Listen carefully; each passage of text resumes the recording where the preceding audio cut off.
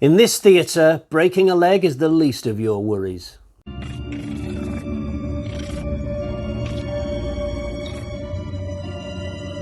Hi guys, so before we get into it, let me quickly point out that you'll find all my other reviews of Vincent Price movies in my Vincent Price playlist.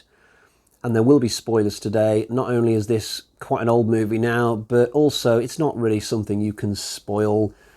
After 10 minutes of this, trust me, you will know exactly how this is going to play out all the way to the end. So we've got a main character in this called Edward Lionheart. He's played by Price. He's a theatre actor and he's had a reasonably successful career, but for the fact that he's never won an award, and this really galls him. You know, his ego just can't take it. So one day he snaps and decides to kill all 10 members of the awards council thing. So this movie is basically Lionheart just killing these people one by one in elaborate kill scenes, and in between each death we get little interludes where detectives will run around trying to solve the clues. Now, I was a little bit worried once I realised what the structure of this film was going to be, because normally in a horror film or any film, I like to be able to follow a protagonist or a group of protagonists and watch their adventure and see who's going to get picked off and see how they, you know, fight back against whatever the evil is. But you don't really get that in this because the focus is mostly from the villain's side. And I saw a film that had a similar setup a few weeks ago called 2000 Maniacs. I detested that film. It was just death scene after death scene after death scene with no characterisation, and my worry was that Theatre of Blood would take that same path. The fact that it doesn't, the fact that I actually liked this one, is more down to a few little things. So firstly, this film is actually quite funny. I didn't expect that, but there are a number of moments in this where I was chuckling away and feeling like I was very entertained by what was going on despite all the macabre stuff. I didn't think of it as a horror comedy when I was watching it, but at the point where I was shutting the film down, because I watched it on Amazon Prime, I noticed that they've actually got it listed as horror and comedy up at the top where they put their little taglines. That being said, I still wouldn't quite place it as a horror comedy. It's more just, you know, a horror film that's quite amusing, sort of like Tremors. I don't think of that as a horror comedy, just a horror film that's quite funny, you know. Also, there's an interesting theme running through this that connects to Shakespeare. So this character Lionheart, part of the reason why he's never made it into megastardom is because of the fact that he only plays Shakespeare roles. He refuses to branch out and do something different, and I think that's held him back. But when it comes to killing off these council members, he decides to base each death on a different Shakespeare play. So if you know your Shakespeare, you'll get a lot out of this film. Personally, I don't really know Shakespeare.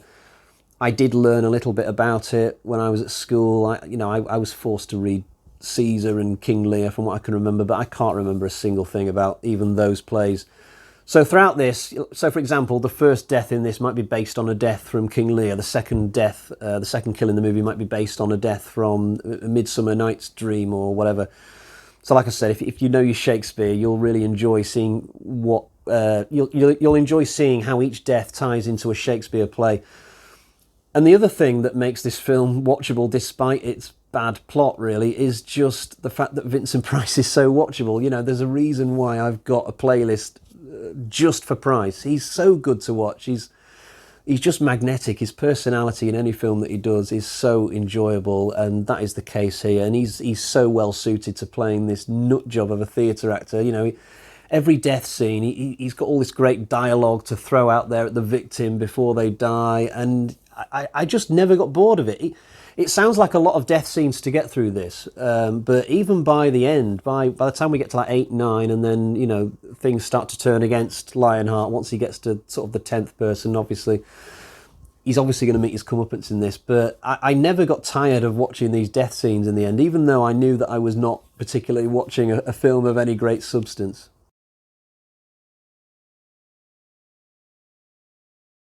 To my surprise, Diana Rigg is in this film. She plays the daughter of Lionheart, and she's in on the whole thing. She's just as pissed off about the fact her father has never got any recognition as he is. So she's helping out with all the kill scenes. There's also a group of homeless people who are helping out. So Lionheart has got all these people helping him. The characterization of the homeless people, though, is a little bit inconsistent for me. Firstly, I'm not entirely convinced that people like this would suddenly become killers for money, because presumably Lionheart is bunging them a few quid here and there so they can go and buy alcohol and meth or whatever. But I just don't buy that all of these homeless people would then become killers. You know, maybe one of them would, but, you know, homeless people are not killers waiting to, you know, be used for that purpose. It's not like Lionheart is giving them all fancy apartments in Malibu. Maybe that would turn their heads, but it seems to me like he's just giving them very, very little in exchange for their services.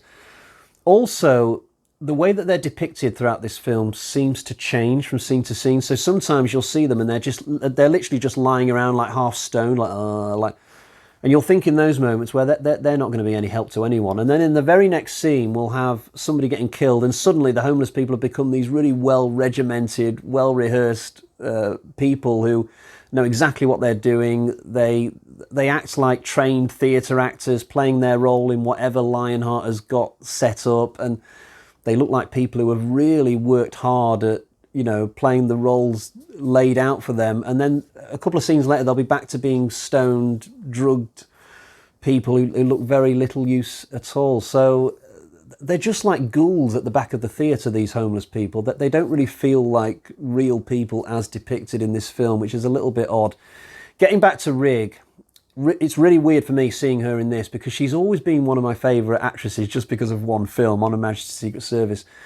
I'm a massive James Bond fan. That is my favourite Bond film, and probably Tracy Bond is my favourite Bond girl, really. But I've never seen Rigg in anything else, and yet I've seen On Her Majesty's Secret Service like 20 times probably throughout my life. So to see her in this just the other night, speaking lines I've never heard this actress speak before, was really bizarre to me. Apparently this is Rigg's favourite film, and I find that odd as well, because, I mean, On Her Majesty's Secret Service and Theatre of Blood, they're not even in the same league, to be fair, you know. And even when it comes to the characters that Rigg's playing in both films, I mean, Tracy Bond is a fantastic character with a great arc, and yet the character she's playing in this, she's just a spoilt daughter who doesn't really have any character progression. She's just helping out with murders throughout the film, and that's basically it. But I guess everyone's entitled to their opinion. I like the fact that Rigg has this costume in this disguise, would be a better word. So she dresses up for a lot of the kill scenes as a kind of 70s playboy, like a male porn star or something. It's really funny. But I didn't actually realise that it was Rigg under the costume for quite some time, almost half the movie, in fact. So for a while, I just thought that Lionheart had this random playboy working for him, and that just really amused me. I mean, I can sort of understand why Lionheart and the homeless people might cross paths. You know, Lionheart has this abandoned theatre in his name, seemingly. You know, he's like Jigsaw from Saw. He just happens to have massive buildings at his disposal.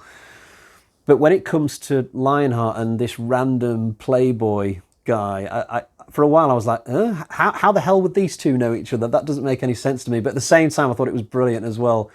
I was really sad when it turned out to be Rigg under that costume, and it turns out to be the daughter, because I just loved the idea that Lionheart would just know this completely random porn star, and he's happy to get involved in the murders. That would have been brilliant. That's what they should have done.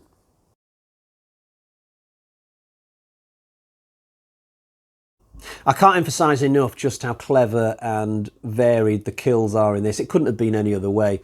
Otherwise, the film wouldn't have had that much worth, other than being another example of how good an actor Vincent Price is. But out of the 9 or so kills that you get in this, only one of them didn't do an awful lot for me, really, which is the one where this guy basically has to choke down food until he dies. But I've seen that done before. It's not particularly original.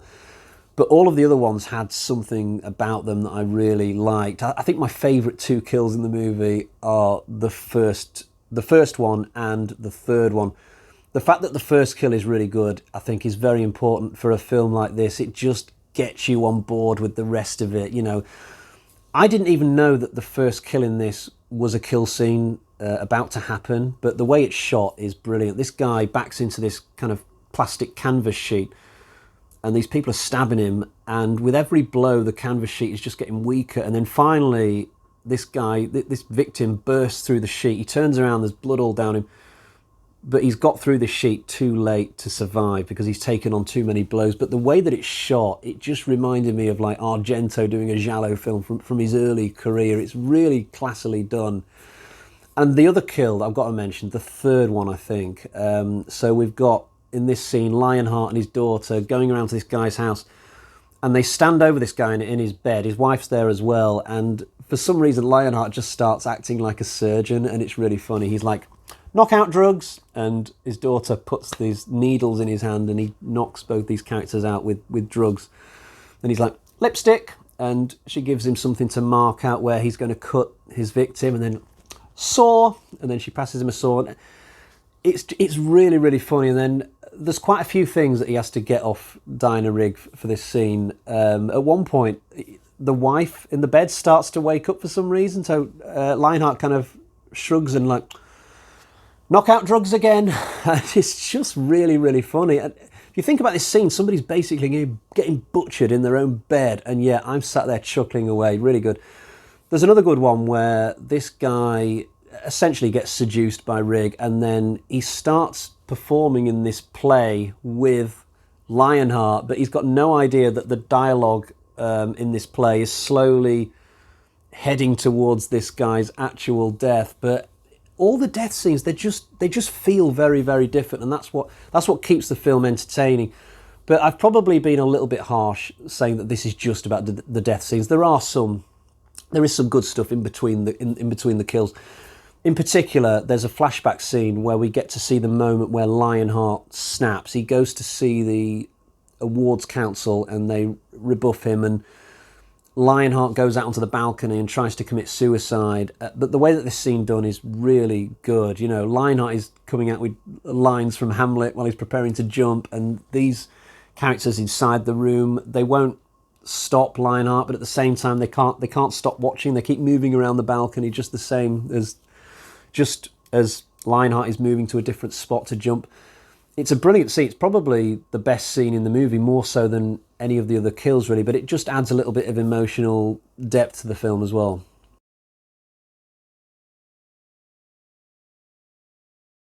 Sadly, I don't have a copy of this film that I can show you. Like I said earlier, I watched this on Amazon.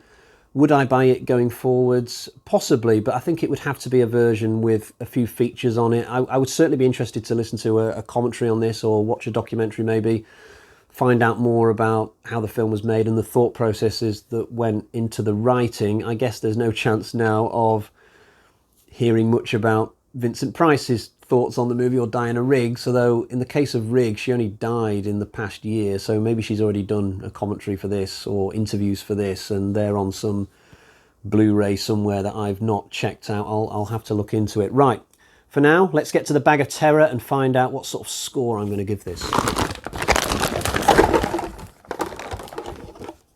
1, 2, 3,